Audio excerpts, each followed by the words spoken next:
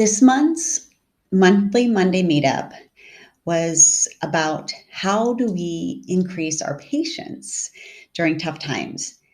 I think this past year and a half, we've all had time to practice the art of patience. This has been trying 2 years for all of us.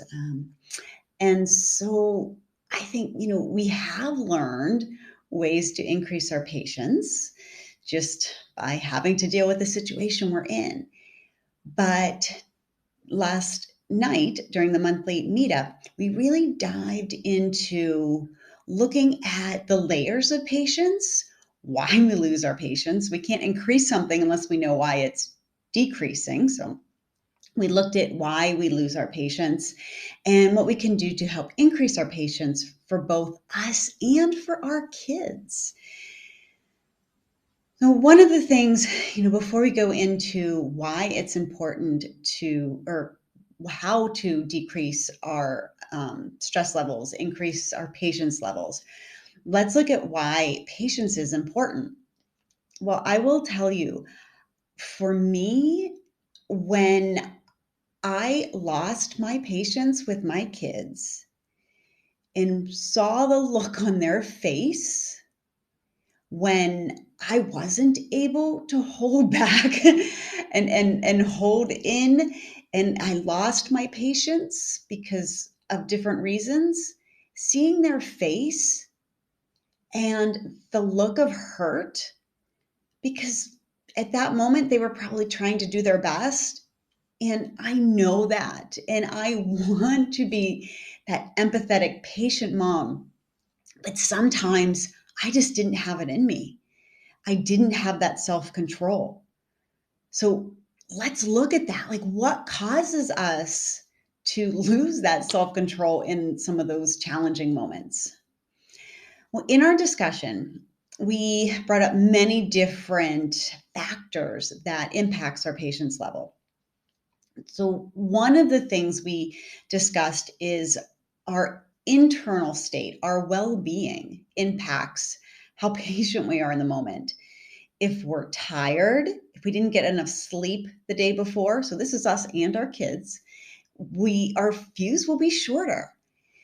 If we are going all day long, never taking that break, and constantly thinking and doing things, right? We're expending all of this energy out.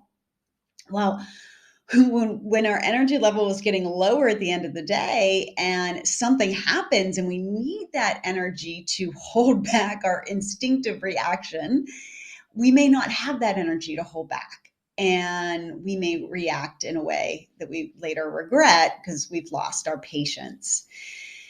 So our state of well-being impacts our self-control in those challenging moments. So in reference to our well-being, it's our energy level, right? If we have enough energy, but it's also our emotional state of well-being. So think about if you are in a good mood, you are driving down the road, going somewhere where you're excited to go, and someone cuts you off. You're like, all right, rude driver, but you just let it slide. But then another moment, you're driving and someone cuts you off, and it is the end of the world. You're almost ready to go into road rage. Well, same incident, two different reactions. My guess is that second reaction, you were in a state of higher levels of stress. You may have been late somewhere and then they cut you off, or you're thinking about something that happened in the past that is putting your emotional state in, either anger or sadness. And so when that event happened, it triggered you and you lost your patience quicker because your emotional state was different. So our internal states, both energy level and emotions, can impact our patience level. And this relates to our children as well. When our kids are happy and something happens, okay. But if their stress is mounting up throughout the day and something happens, they're much, much more likely to flip their lid or have that reactive moment. And think of their energy level. Our kids, especially our kids with autism, especially our kids that are highly sensitive or have sensory processing disorder.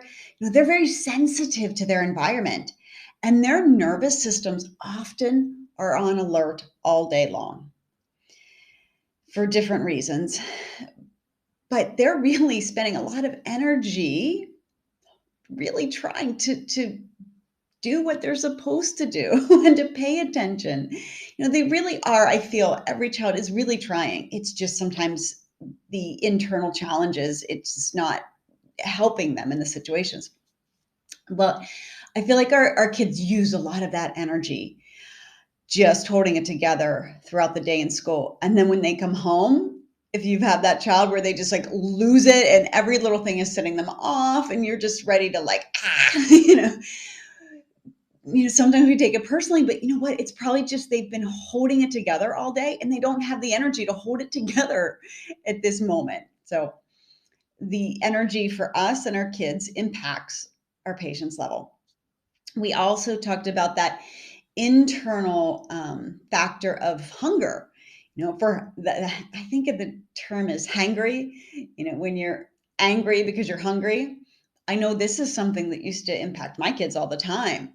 If they would go a certain time and then after 1 hour when they're used to eating, if they haven't eaten yet, sometimes they will just have the meltdown and there's no talking to them in that moment. As soon as they eat, then they're fine. So sometimes our patience level is impacted by just not eating and not having that energy because we don't have that food in us. And low blood sugar, that also is an impact that can impact our patience level for us and our kids. On our environment, there are some environments where we can have more patience because we are expected to have more self-control. Like when we're out in public and say we want to just, we get so mad at something and we lose our patience, we know it's not appropriate to react. Where at home, we may react differently. Same with our kids. And, a lot of times, so that's just internal factors that can impact our patience level. But there's also another external factor, which is our internal expectations of the situation not being met.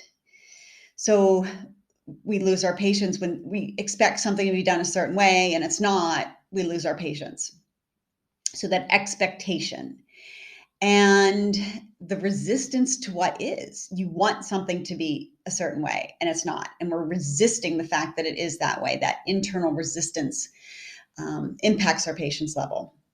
And the last thing that can impact our patience level is our lack of understanding. If we get mad at someone because they can't do something, if we understood why they can't do it, we would probably have more patience for them. For instance, my child, we're teaching a skill, and this actually, when I was a clinician many, many years ago, when I was working in the clinic, I always had a lot more patience for my kids that I worked with than for my kids at home because of that emotional tie, which we'll go into in a minute. It is interesting how our patience level changes for same situations, but different people because of the emotional ties connected to us and the other person. But when I was working in the clinic and I'm working with kids and I'm teaching one skill and say we've taught it 10 times and I'm like, they're still not getting it.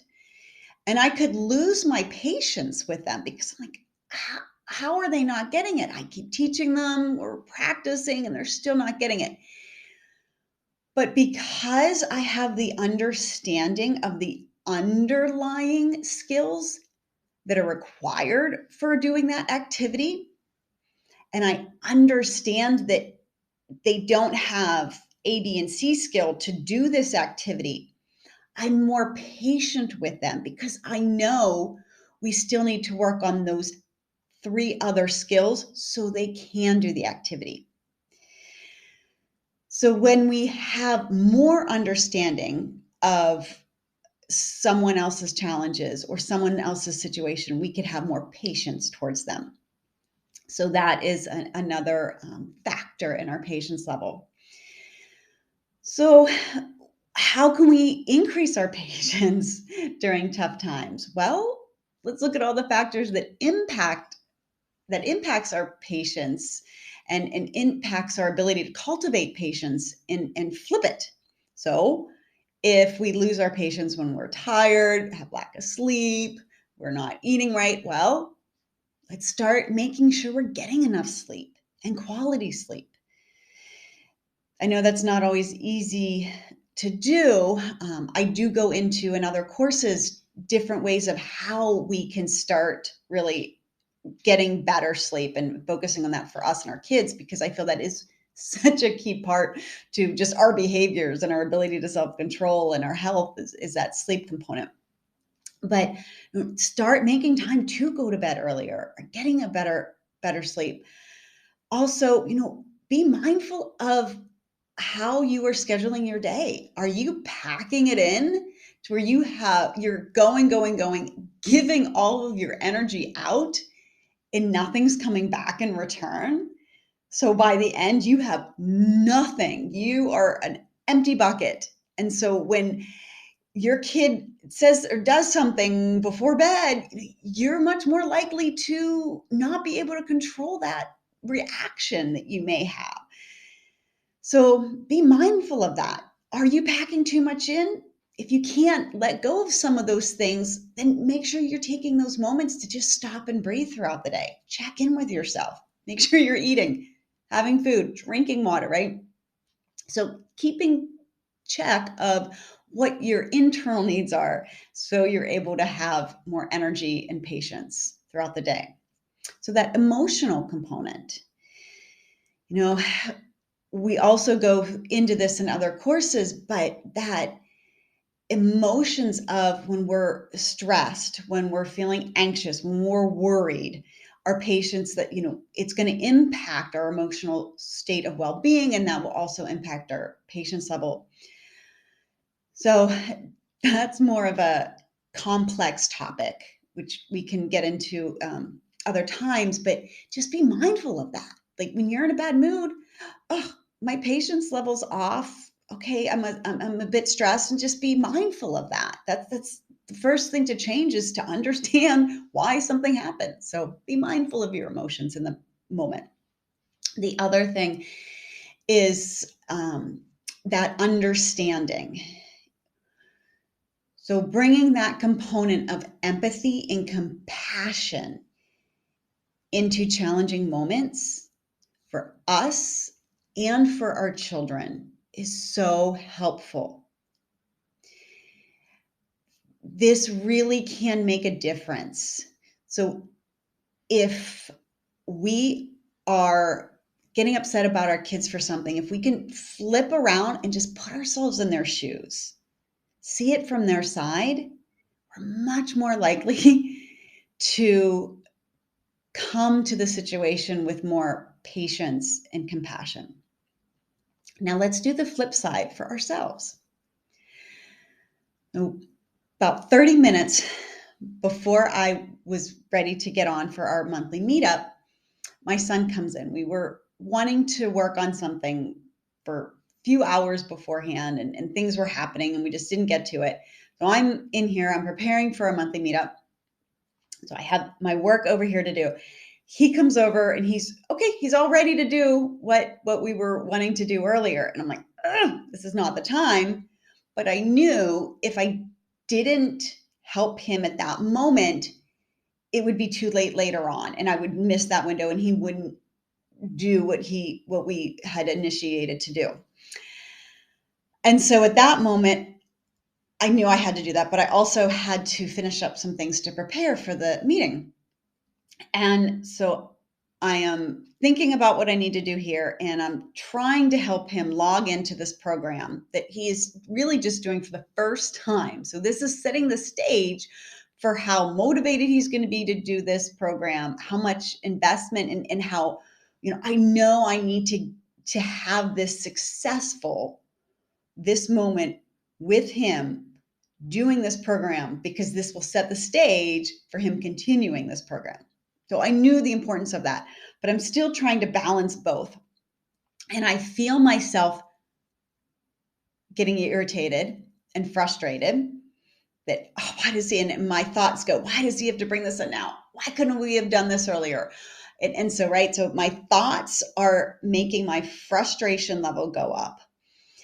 And all of a sudden I come to the realization, I'm like, I'm losing my patience and I'm ready to give a talk on patience. And so that realization that I was losing my patience allowed me to check in with myself. So one of the ways that we can really help cultivate patience is just being aware when we're losing our patience, right? And so once I realized that, I stopped and I thought, I have to let go of something, because right now my mind's here, mind's here, and I'm not doing either one well. And then, what's more important at this moment? Well, my son was more important at that moment, getting him logged on, doing this program and feeling successful. So I put the other things aside. I helped him. My patience level for him completely changed because I wasn't being taxed and pulled two different ways. So I helped him get it. He was so proud of himself when he did the first few lessons and he did well. And that was success. I am so grateful at that moment that I knew my triggers. I knew how I was starting to bubble up and I was able to stop it. And that's so important, to check in with our feelings. So there were a few things in that situation, a few tools that I want you to take away. One is that internal awareness of how we're feeling, checking in with ourselves. Then being compassionate to ourselves. All right, this is a challenging moment. And then, really being empathetic. What do I need to do right now? Not trying to push yourself and continue to do both because you feel like you should. We feel like we're Superman and Superwoman all the time and trying to do too many things. So having that compassion towards yourself and saying, all right, slow down, and then letting go. Letting go, we really get into in other forums. It's one of the mindfulness based attitudes that I feel is so helpful for us as parents in different situations. I let go of having to do two things at once. I let go of that other thing that wasn't important in that moment and focused on what was. So these are some great tools that really can help you and your child when you feel yourself starting to lose patience. So let's recap. So understanding why you're losing patience is the key to start, because that can help you to flip and do the opposite so you have more patience. Take care of yourself. Take care of your well-being. Make sure your stress level is down. And make sure you're checking your stress level, because a lot of us don't even realize we are stressed. I know I didn't for the first 5 years. I wasn't sleeping and doing things in a way that was normal, but I was actually really under a lot of stress. So be mindful of that. How is your state of well-being? How is your kid's state of well-being? How can you help your child and you to decrease your stress? Please, if that's something you want to dive into, join one of my courses that dives deep into how we decrease our stress, because it's so important for us and our kids. So we looked at the stress component, we looked at the well-being component, and then the mental component of empathy, putting yourself in the other person's shoes and understanding. I gave the example of the empathy for, putting yourself in your child's situation and what they're going through. Well, we can also help our children cultivate that empathy, because sometimes that's hard for our children when, they're just trying to figure themselves out, let alone other people. How we can help our kids in that moment is if we're driving in the car and someone cuts us off and we find ourselves upset and our kids are sitting in the back seat or beside us looking at us, and we can say, I'm feeling myself getting very angry at this person. But you know what? Maybe they're late for a very important meeting that really they need to get to quickly. And so you can show them how you are being empathetic to that other person. We are our kids' models. So when we start using a lot of these techniques that we want our kids to use, they will learn from us, but we have to start doing it first. So I hope you enjoyed the information that we discussed in this month's monthly meetup. I structured this meetup a bit differently, and I really liked it. So we did not record. We had our cameras on. We really opened up for discussion. We talked about the topics. We shared different experiences.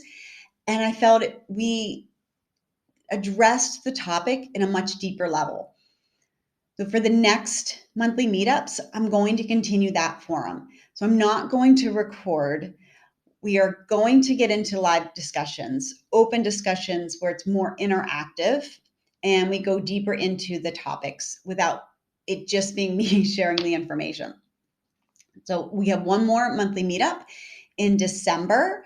This is the last one. It's how to handle holiday frustrations. So, I mean, holidays are great, but sometimes our stress levels go up and our kids' stress levels go up during the holidays because of all the things going on, changes in routine, going to different places, lots of family around, which can be great, but overstimulating for our kids, how we deal with our in-laws and other family members with our kiddos. So we dive into all of those topics for next month for the December monthly meetup. And then in 2022, next year, which is around the corner, I'm going to structure this differently. So I'm not going to do the videos afterwards with the information. We are just going to keep it the monthly meetup where we dive into the information and we talk about it. So I hope you can join us because I think those discussions are really, really important. So I'll keep sending you reminders. I hope you join us. It's a great discussion. So helpful getting these tips and tools. I've been there, I've been through it. Let me share with you how to make it easier so you don't have to go through such a long learning curve as I did. So I hope you join us next month in December and see you soon. Thank you.